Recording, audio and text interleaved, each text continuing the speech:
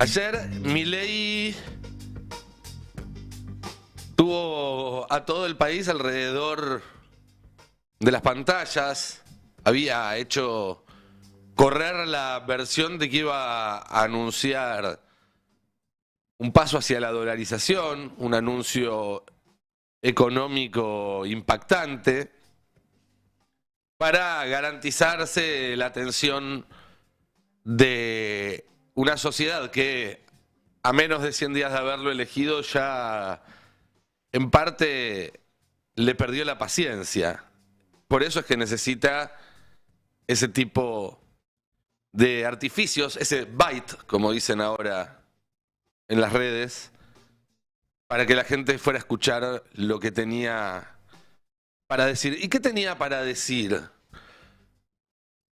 Cuando uno despeja todo lo que ya le conocemos, ese diagnóstico de situación montado sobre un cúmulo de cifras falsas y proposiciones que no se sostienen en la realidad, cuando uno despoja de su discurso las propuestas antipolíticas que están hechas para entretener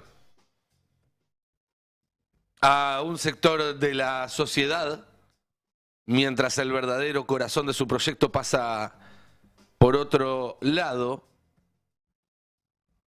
Cuando logramos finalmente correr esas cortinas y percibir el núcleo del discurso que dio ayer el presidente Javier Milei, tenemos que decir, en primer lugar, que Milei, el hombre al que le gusta verse como una fuerza imparable, como un enviado divino, ayer se dio.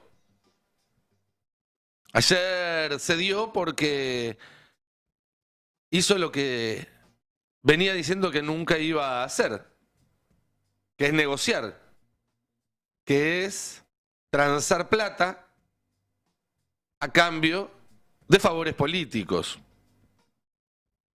No fue una idea suya, se lo pidió el Fondo Monetario Internacional, que le dijo que necesitaba que se sentara a negociar con otros sectores para darle sustentabilidad al plan de ajuste, porque el fondo lo que quiere es que el torniquete que tiene puesto sobre el país dure muchos años más. Y si Milei seguía tensando la cuerda, si Milei sigue tensando la cuerda, corre el riesgo de que esa cuerda se corte y de que venga alguien que le ponga los puntos. Ya pasó. El gobierno de Estados Unidos le había pedido también que negociara para darle sustento a su plan de ajuste. Lo hizo Antony Blinken, una de las personas más importantes de la administración de Joe Biden. Lo hizo Janet Yellen, también reunida esta semana en Brasil con Luis Caputo. Los dos ministros más importantes del gobierno de Biden, un Biden a quien además en Estados Unidos muchos dudan que esté tomando decisiones de fondo, con lo cual estamos hablando de dos de las personas más importantes del gobierno de Estados Unidos y también el establishment argentino, el establishment local, encantado con algunas de sus propuestas, pero que le advertía que si él seguía forzando la confrontación, en algún momento podían elegir un vehículo mejor para esas propuestas que el que hoy significa el propio Milei. Así que decidió tender la mano para una negociación, o mejor dicho, hacer la mímica de tender la mano para una negociación.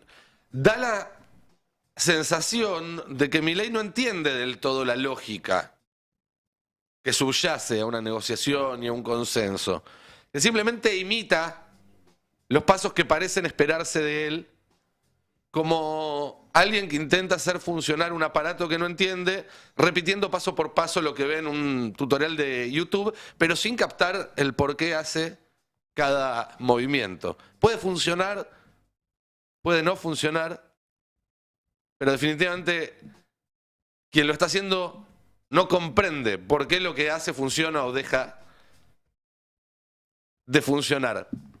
Y hay que ver cuánto le dura, porque Milei tiene esa cosa, algo infantil, lo comentábamos hace un rato, de distraerse con el primer estímulo que pase, de decir, vamos a hacer un acuerdo y después salir a retuitear insultos. Veremos si efectivamente esto prospera. Yo tengo mis serias dudas, pero definitivamente, y esto hay que reconocerlo, fue un discurso inteligente porque le sirvió para ganar tiempo, que era el problema más importante que tenía Milei ayer, 1 de marzo, a las 20:30, justo antes de entrar al Congreso a dar el discurso. Era el problema más urgente que tenía porque al comenzar las sesiones ordinarias no iba a poder seguir manteniendo el corset sobre el Congreso que impedía que se votara el DNU. Y estaban los números para hacerlo caer.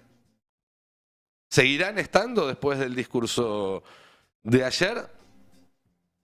Si logró postergar, aunque sea algunas semanas, la caída del DNU, ese ya es un poroto que hay que poner en su balance.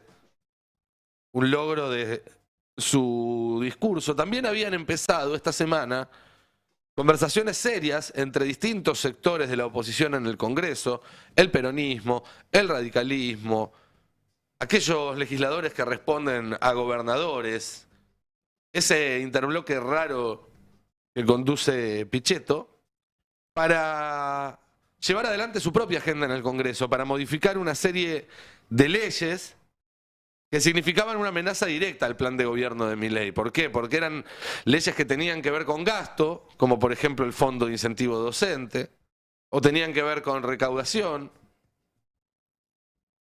como por ejemplo la coparticipación de determinados impuestos, y porque tenía que ver también con la pretensión de Milei de gobernar por decreto, algo que había dicho en una entrevista que salió el jueves en el Financial Times, y que aceleró las conversaciones entre distintos sectores de la oposición para sacar una ley que modifique el tratamiento de los DNU, para que el Congreso, con que una sola Cámara lo rechace, pueda suspender o voltear la validez de un decreto. Si logró con su discurso de ayer y con esta propuesta de un pacto de mayo, postergar esas charlas de unidad, que eran una unidad que incluso contemplaban reunir 2/3 de cada Cámara para poder bloquear la posibilidad que el presidente vete las leyes que apruebe el Congreso. Y sabemos que esos 2/3 después también son los mismos 2/3 que servirían en un eventual juicio político. Si logró ponerle trabas a ese desarrollo de cierta unidad opositora, entonces Milei tuvo éxito con el discurso que hizo ayer. La mayoría de los medios salieron a hablar del Pacto de Mayo, obviamente. Fue lo más rimbombante. Hasta hicieron esa cartita que parecía escrita a mano, ni ahí pudieron evitar los errores de ortografía. Creo que todavía no vi un solo mensaje ni acetilla de este gobierno que no tenga al menos un error de ortografía. Pásenle el autocorrector, no es tan difícil. Pídanle a ChatGPT que se los revise. Pero decía, yo tengo mis serias dudas de que llegue a existir, porque en realidad Milei lo contó al revés. Pero hay que hacer el cuentito de atrás para adelante. Milei dijo, vamos a hacer el Pacto de Mayo. Antes del Pacto de Mayo vamos a firmar en la Casa Rosada un documento previo. Pero antes de ese documento previo vamos a recibir, como gesto de buena voluntad de las provincias, la aprobación de la ley de bases. Pero antes les vamos a dar un alivio fiscal. Bueno, ese cuentito en realidad es al revés. Primero Milei va a ofrecerles plata, esa plata que supuestamente no había, a las provincias. Luego, a cambio de esa plata, las provincias deberían aprobar la ley de bases.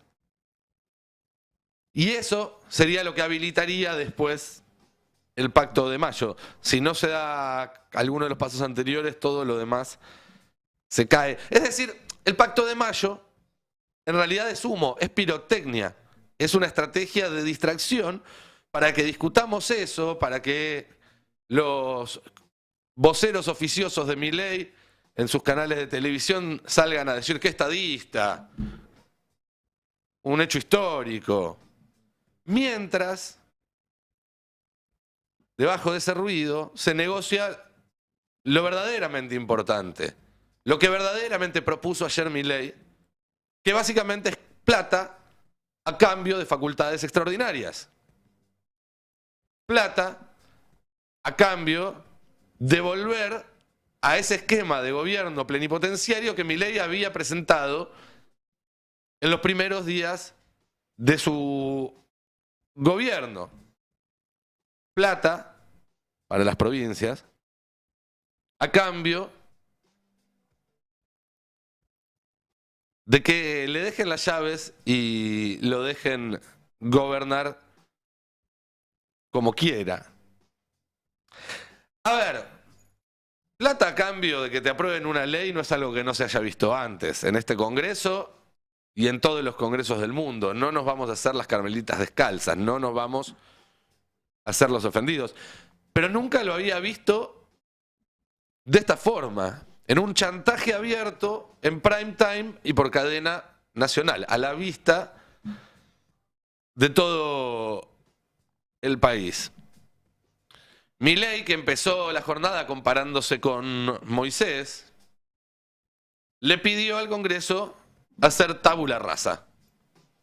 Volvamos a arrancar. Acá no ha pasado nada. Es curioso, iba a decir, pero no es curioso, es lo contrario de curioso. No puede resultar sorprendente, porque hay un patrón de conducta. Así como se menciona con frecuencia que los gobiernos neoliberales necesitan deshistorizar los procesos históricos para poder volver a aplicar las mismas herramientas que ya fracasaron. Y por eso nos ponen en 2023 a discutir cosas como si nunca hubiera habido un 2018, ni un 1990.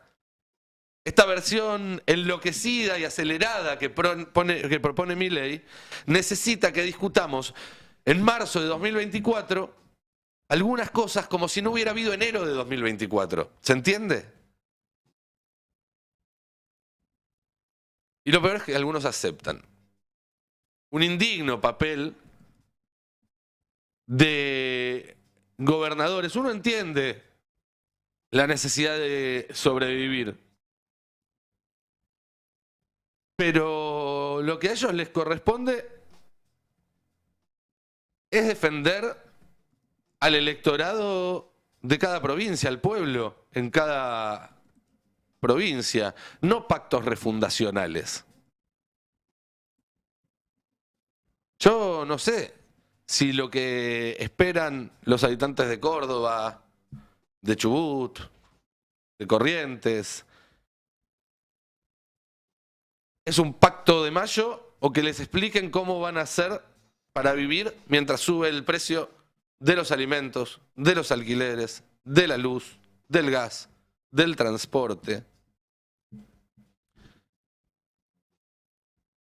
Digo, Nacho Torres consiguió un gran apoyo del pueblo de Chubut la semana pasada cuando se plantó por una deuda de 13 millones de dólares, que ni siquiera es tan grande, pero se plantó y dijo, si no me pagan, de acá no sale una gota de gas el miércoles.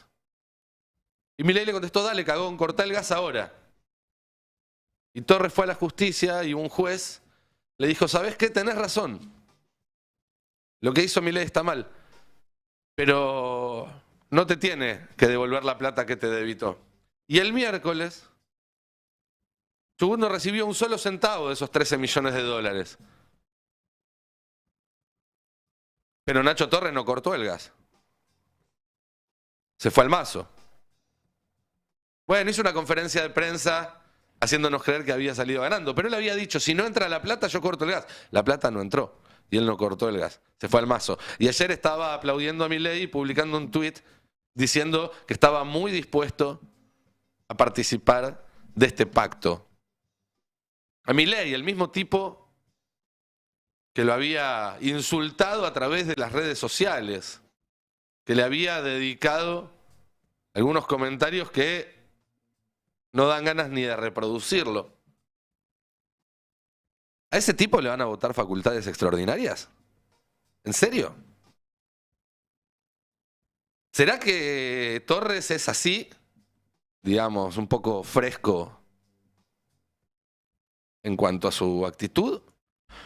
¿O es otra obra del Calabres, de Macri, que primero fogoneó el conflicto de Chubut con la Nación y luego se propuso como un broker de la paz? Ayer Macri ya habló como presidente del PRO aceptando la invitación del partido a participar de este pacto, aunque ese cargo lo va a ocupar formalmente recién en 3 semanas. ¿Tendrá en su blockbuster también cosas de Nacho? Milei ayer terminó de ponerle nombre a la casta. Una casta que durante toda la campaña, y acá lo comentamos, era un significante vacío para que cada uno proyecte lo que quiere. Bueno, esa casta se transformó en los malos de siempre. Moyano, Kirchner, Massa, la CGT. Milei decidió ir full antiperonistas, decidió identificarse completamente con el PRO y con los sectores más gorilas del arco político. Todas las medidas que tomó ayer o que anunció ayer anticastas, absolutamente inconstitucionales además, como meterse en la forma de elección de las autoridades de un sindicato, o muy peligrosas como privatizar el financiamiento de los partidos políticos. Si los partidos políticos no los financia la cosa pública, saben quién los financia, ¿no? ¿Y a cambio de qué? Piénsenlo. Todo eso fue para extremar la contradicción kirchnerista, la contradicción que a mi entender quedó en el pasado, porque a partir del escenario que plantea Milei ayer, se va a definir el escenario político argentino en función de qué pesa más, si el antiperonismo o la reacción a las políticas de Milei, cuyo país se sigue deteriorando día tras día. Es como eso que dicen sobre las personas a las que les amputan un brazo y luego durante un tiempo les sigue picando, les sigue doliendo el miembro que no está. Bueno, habrá muchos diputados y gobernadores que decidirán por un tiempo seguir rascándose el miembro que ya no tienen, que es el kirchnerismo. Mientras avanza la gangrena en el brazo que sí tienen. Eso no puede durar para siempre. En algún momento tiene que cambiar. Porque mientras tanto continúa el deterioro sostenido y pronunciado de la calidad de vida de los argentinos, que fueron los grandes ausentes del discurso de Milei. En ningún momento Milei le habló a los que tienen que saltar el molinete o pedirle al colectivero que los deje pasar porque no les alcanza para cargar la SUBE. A los que no llegan a pagar las cuentas, a los que se están quedando sin laburo, a los que están vendiendo muebles o electrodomésticos para vivir la segunda mitad del mes. Y son cada vez más argentinos y argentinas en esa situación. Pero para ellos no hay una sola palabra del presidente Milei. Que sí, en cambio, se apropia en forma grotesca de los símbolos de la historia nacional para impulsar un proyecto que es profundamente antinacional. Porque no nos debemos dejar engañar. Por más que haga todas las alusiones que quiera a Mayo, a la historia, a la mar en coche, Milei propone renunciar a tener nuestra propia moneda, propone renunciar a nuestra soberanía territorial, propone desmantelar nuestro tejido industrial, propone renunciar a tener universidades, a desarrollar ciencia y tecnología. Milei, en nombre de la patria, propone un camino que acabaría con esa patria, que la vaciaría completamente de sentido. Milei, decíamos, empezó el día comparándose con Moisés y terminó el discurso poniéndose en el lugar del rey Salomón. Y no sé si todos lo tienen presente, me imagino que sí, porque es una fábula bastante común, a mí me la contaban de chico. Salomón, que era un rey muy justo y muy sabio, un día recibió en audiencia a dos mujeres que se disputaban la maternidad de un bebé. Y como no tenía otra forma de determinar quién tenía razón, Salomón dijo entonces que el bebé lo partan por la mitad y cada una de las dos mujeres se quede con un pedazo. Por supuesto, la verdadera madre fue aquella que rechazó esa idea porque un no es la única respuesta aceptable ante determinadas preguntas.